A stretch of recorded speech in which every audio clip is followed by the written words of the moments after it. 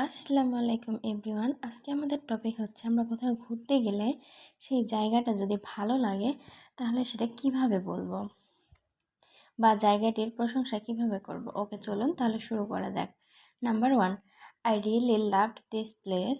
It has such a calm and beautiful vibe. এই জায়গাটা আমার সত্যিই খুব ভালো লেগেছে। এখানে এক ধরনের শান্ত ও সুন্দর পরিবেশ আছে। Number 2, the surroundings are so peaceful that it instantly made me feel relaxed.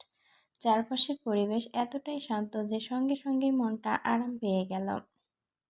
Number 3, every corner of this place feels special and full of natural beauty.